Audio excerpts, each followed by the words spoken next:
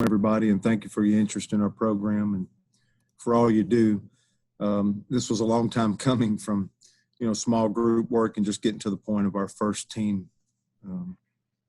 week of official team practice. And we did two, abbreviated squad games, one on Tuesday and the second yesterday on Thursday. We played about 4 innings each day, 4.5 innings, I think, the other day on Tuesday. I think we were all excited to get out there. We've been doing a lot of drill work for a long time and building up and taking all of our precautions and going through all the adjustments there and finally getting an entire team together. I will say last Sunday was the first day that I met with the entire team and coaching staff since March of 13th. So that's pretty incredible to me to go that long as a head coach of a program. We've been meeting 6 at a time or 8 at a time. So that was kind of a monumental moment, having the entire team together. Coach Hudson's still trying to get all of our pitchers ramped up. I think we threw 7 or 8 guys in these 2 squad games. Today, in today's practice, we'll get 4 or 5 more pitchers throwing to hitters for the last time, and then hopefully introduce them in the games next week. But as we end this first week of practice, we're excited about some talent, some new guys, but our gamesmanship, you can kind of see the layoff and the extended time between playing real baseball from a game standpoint is evident. So we'll need every one of these practices, every one of these game simulations between now and November the 23rd to sharpen us up, so to speak. All right, Brian. Hey, Butch, thank you so much for doing this. Hope everybody's doing well and family. Just want to ask you about Cody Greenhill and how his transition is going so far to being a starter. And are all your pitchers cleared to full work this far? Are you holding anybody out? Yeah, we had this summer, we had Garrett Wade in summer baseball that had a Tommy John surgery that'll miss this entire year. And I've been calling him Coach Wade, because he's helping with some of the analytics and all the stuff that pitchers do, and he's a phenomenal student and an excellent young man, and the writing's on the wall for him for the entire year. So he'll come back better than ever. But I think he knows this whole year is like, how can I invest and how can I help my teammates and my program, and so I affectionately call him Coach Wade because of what he's doing, and he's working hard with Anthony and doing his rehab, and we'll have this whole year to get him back, and hopefully he's 100% next fall. Outside of that, every pitcher that's on the roster right now is building up, and if they're not with us next week, will hopefully be with us the following week. So it would have to be something new to knock somebody out, but everybody's ramping up and should be ready in the next week to 10 days to participate in a fall squad game. That's excellent. The last couple of years, we've intentionally held out, maybe 1 or 2 rotation pieces. If they had pitched a heavy spring season and pitched heavy in the summer, we've held them out that third phase, which is, our fall practice. But since we didn't have that, it looks like we're ramping up everybody outside of Garrett Wade that's a pitcher on our roster that will hopefully be in a game in the next 2 weeks and participate this fall. And Cody Greenhill, how do you feel about his transition so far? Yeah, this is a guy that's over 50 appearances in our program. He's probably won 8 or 9 games, and he saved another 19. So, there's a lot of things that I think about and worry about and pay attention to, but Cody Greenhill is not one of those. He's a leader for our young guys, and he can lead without opening his mouth just by the way he carries himself. We continue to think that his breaking ball or his off-speed offerings developed by being a starter and practicing being a starter. We became convicted that this is the right way to go after not feeling great in a Friday, Saturday, Sunday series of bouncing him back a second time. To me, it's just a gradual evolution is the way I would explain it to get him to this point. And he's definitely not been like the traditional closer in all these 50-plus appearances. He's really, this is a guy that's thrown 3 innings, 4 innings, 5 innings, 6 innings at different times. So And, he's earned it. He has done a lot for our program for a long period of time, doing what's best for Auburn baseball.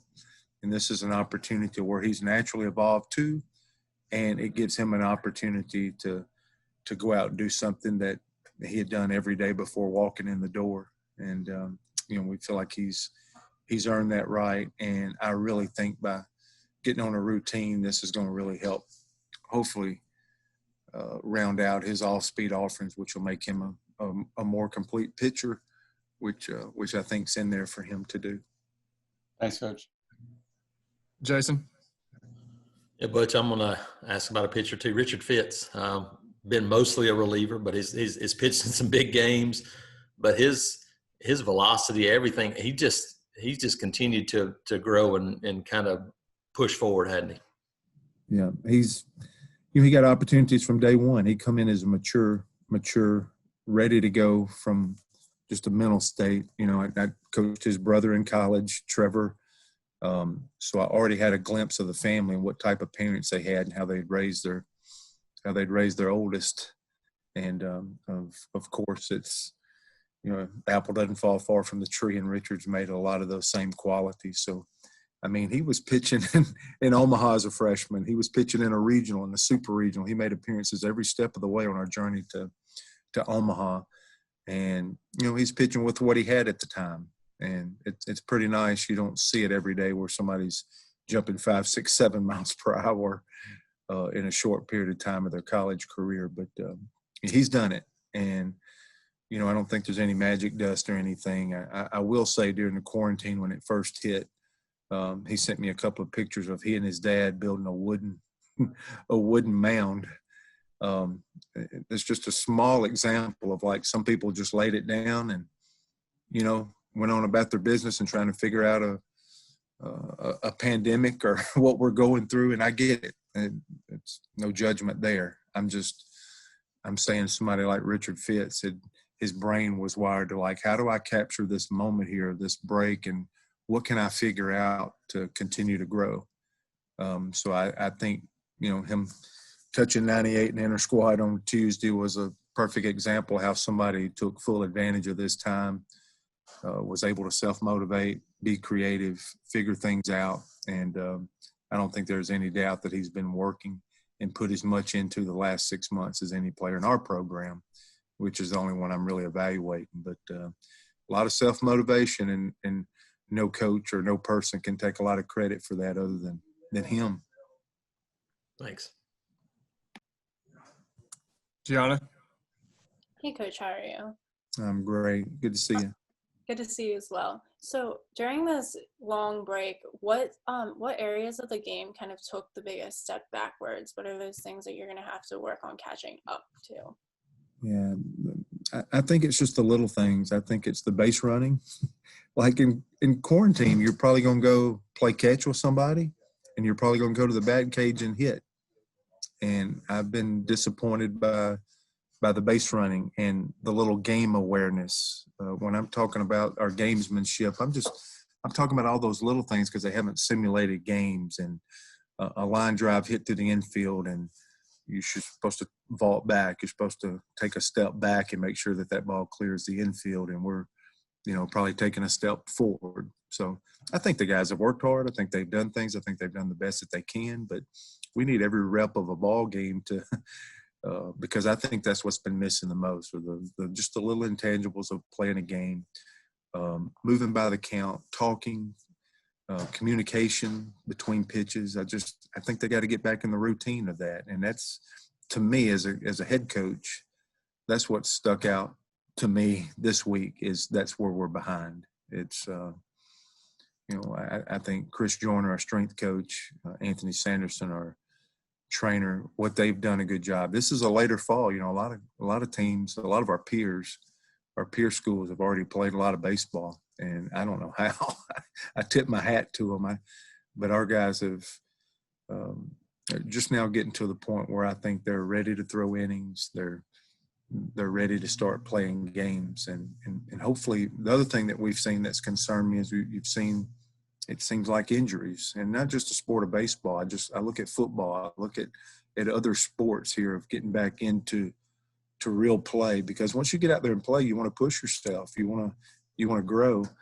And I think we've done a pretty good job, and who knows what'll happen, but we've just been watching and reacting to everything that we've seen out there. And hopefully our guys are ready to go at it. But, we need more strikes. We need better base running, better decisions on where to throw the ball, because they've been playing catching, long tossing, and doing all that. But once a game starts, it's critical of timing and where you throw it. So those are all the things that hopefully we start getting back to. And it could happen really soon. I mean, these guys have been playing baseball their whole life.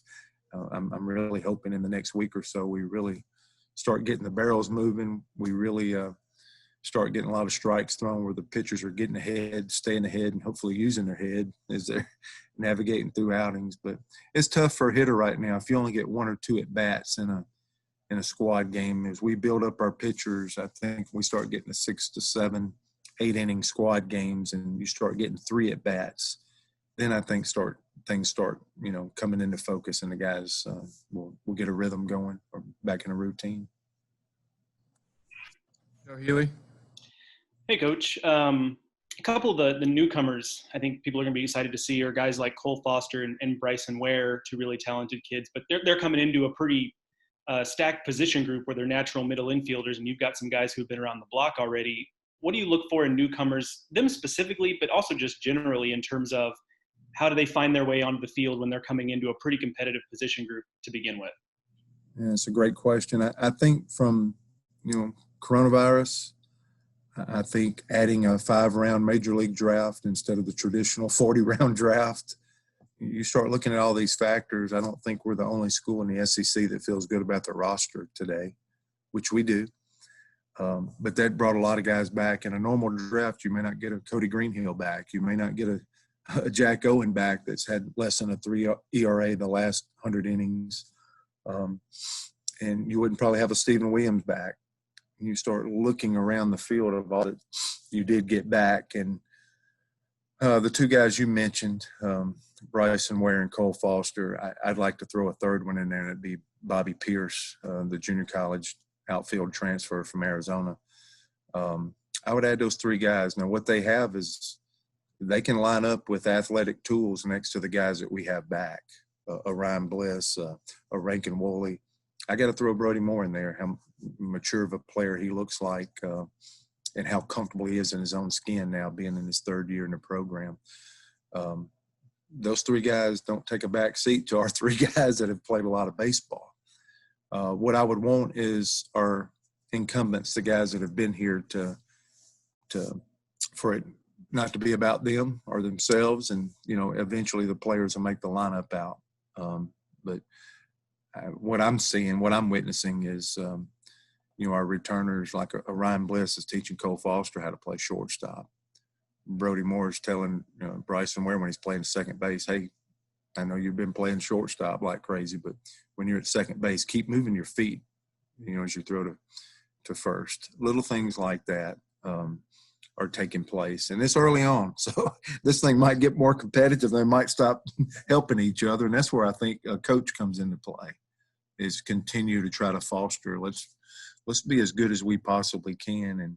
And the way you do that is the older guys keep encouraging, keep teaching. I think sometimes those are our best coaches in the fall, is the guys that's been around a few times. I think Ryan Bliss might be able to help, Cole Foster way more than me, and maybe even more than the position coach, Coach Nunemaker, by just being a great teammate. Because when they first got here, somebody helped them along the way and showed them the ropes as well. But it's going to be interesting. This is the deepest roster that we've had since we've been here. I think next week will be our 5-year anniversary of coming to Auburn. But then if you really start looking at it, head coach not only looks at this one, they look at next year. And, we have to. And I'm telling everybody in the organization, just look at this year. And if the head coach has to look beyond, we're going to lose a lot of experience on this mound and on this field. And, we might be left with Ryan Bliss could leave the program. Rankin Woolley will, as he finds his medical school and moves on and gets going. So, I hope Bryson Ware and Cole Foster is ready to compete and put our guys on notice and help make our team better. But nonetheless, either this year or next year, these three guys that we're talking about are going to play. They're going to be stalwarts for us. They need to be right in the middle of everything, and it's going to be neat. 1 week of fall practice doesn't tell everything, but it's going to be interesting battles, which I think is going to make Ryan Bliss kind of like, I come in here and I start from day one at second. In the second year, I play 18 games, airless shortstop. It's like, he hadn't looked over his shoulder too much. He's being pushed now. But if you really believe in the narrative of iron sharpens iron, we're really in a great place. So I'm looking for the advantage of having more depth. I'm looking to the advantage of the lineup not being as easy to make out as it has been maybe the last couple of years, because this guy's going to play here and that guy's going to play there. It's going to be really neat to try to get more people than we ever have, at bats in a game, and trying to figure out who's not your 9 best players, but your best 9 that helps formulate the best team to win. Jason? Butch, how valuable are these coming weeks at the catcher position when you lose Matt Scheffler, and trying to find out who's going to take over that leadership role at that position? Yeah, Ryan Dowell is coming off of Tommy John surgery, played first base yesterday, and he's gotten so versed and skilled at it that he could throw an underhand back to the pitcher no problem after a pick or after he's involved in a play. But we think Ryan Dowell was a guy that we wound up electing having surgery right before the season started last year. And we were contemplating, should we have the surgery or wait till after the season? Because we thought he may be our DH or one of our 5 best hitters last year. Now, we elected to what we think doing the best for the student athlete. We had the surgery. So what we think of his back, because we've already felt that a year earlier. But he's still doing every bit of catching, and we'll start catching him next week because we think he's a dandy, and we think he's the future, and we don't think he's alone.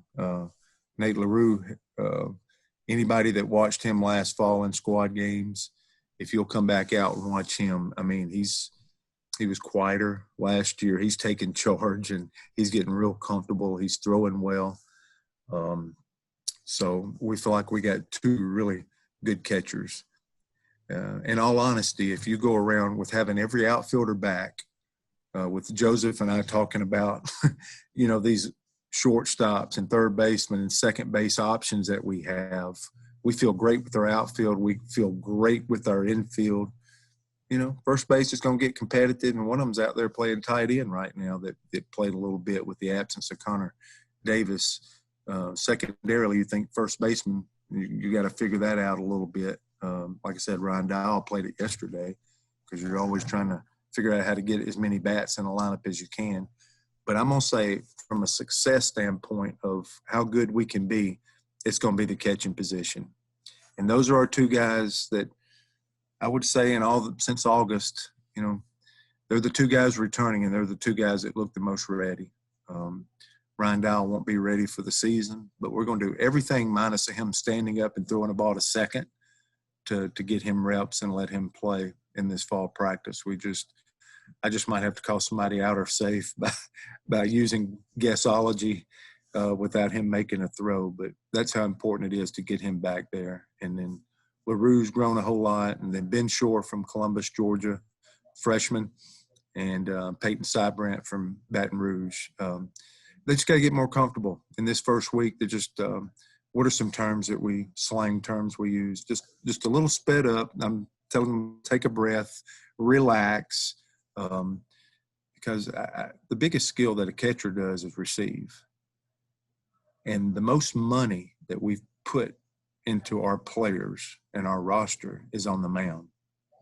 The catchers might be the most important people on our team because our investment, maybe almost to the tune of like 60 to 65% of the scholarship money that we have is put into that mound. And when they start throwing balls to home plate, which that's what they're really measured by at the end of the day, is ability to get people out, take the sting out of the swing, is how they're received. So it's a huge position for us. It'll have a lot to say with the quality of our team. We feel great about LaRue. We feel great about Dow. The other guys will develop. We're in week 1, so I don't want to judge them too quick. And then I think why it looks so big is we only have basically Nate LaRue is the only catcher that's returning that caught an inning last year. And then we lost a good one. We lost a catcher that blocked every ball and basically caught every pitch and played every inning in a Matt Scheffler to take us to Omaha and really make that a strength position. And we've got to figure out how to get back there. So I think you are bringing up our elephant in the room. Auburn baseball's elephant in the room is getting 2, 3, as many as we can develop. I want them all to be ready to play a game at this point. But emerging and solidifying and making our pitching staff 15% better instead of 15% worse is the goal. And I think we're off to a good start there. We lost a good one. We lost a leader there. We lost a fighter there. We lost, to me, a very complete high-level college catcher. And these guys are capable, but we need a lot of work. Brian? Yeah, Coach, you mentioned it, but could you just go into more depth about the position battle at first base this fall? Yeah, I think if you've watched how we've worked the last 3 falls, I know for sure I just made a commitment to it and liked it. And looking back at the end of the year, how we did things, one of the things I liked is you never know what it's going to look like in the spring. And once we get to January, that's such a short period of time. Let's say, for example, if the schedule held true this year and you go, hey, you got from January the 6th to February the 14th or whatever to get ready for this season. That's not a lot of time, especially in this year when the guys don't even come back after Thanksgiving. So that's not going to be a lot of time. If a coach wants to, you don't know what potential injuries could come. If a coach wants to really take a look at everything, he better do it now. He better take this fall and let yesterday we had Bryson Ware, a shortstop, playing first base because he can swing it. He had 108 exit velocity on Tuesday. And let's say Bliss is at short and Rankin's at third and Moore's at second and Ware swinging that bat. Well, we're going to try to get Ware in there somewhere. And it might be at first base. And we need to try all those things. Ryan Dowell playing first base like yesterday. Those were 2 examples of 2 big bats swinging it right now. And then probably Tuesday, Gabe will have those guys, Dowell will be catching and Ware will be on the left side of the infield. Brody Moore, I'm convicted this year that I will play him at every position. We got 2 or 3 more to go, I think, George. We got to play him in center field. He's got to pitch an inning. And he's got to catch an inning. And I want him to have played all 9 positions. And I won't force that, but hopefully I find the time to make that happen because that's how valuable Brody has become to our program and how proficient he is at playing in all these positions. Tyler Miller, we haven't even spoke of. That's a guy that when Stephen Williams and Kaysen Howell was out in that early 18-game schedule last year, Tyler went to right field, and he's playing third base every day. So we have a couple of really flexible guys. But, I thought John Samuel Shanker was starting to show some things. It was like he was just getting timing down to hit a sharp single. And I thought more would be coming as the season went on and we got shut down. But I think you all realize how hard it is to try to be a SEC football player and baseball player. And I think we all realize how hard the game of baseball is. When 90 miles per hour is 0.4 of a second, you know how hard it is if you don't hit every single day, how hard it is. But we believe in him. And we got a lot of options, and it's too long. Johnny Sicoli is a freshman last year that's back. But, man, we've tried everybody over there except Happy, the equipment manager at first base, just to take a look and try every potential combination because you don't know what's ahead. You just want to be prepared for what may be ahead.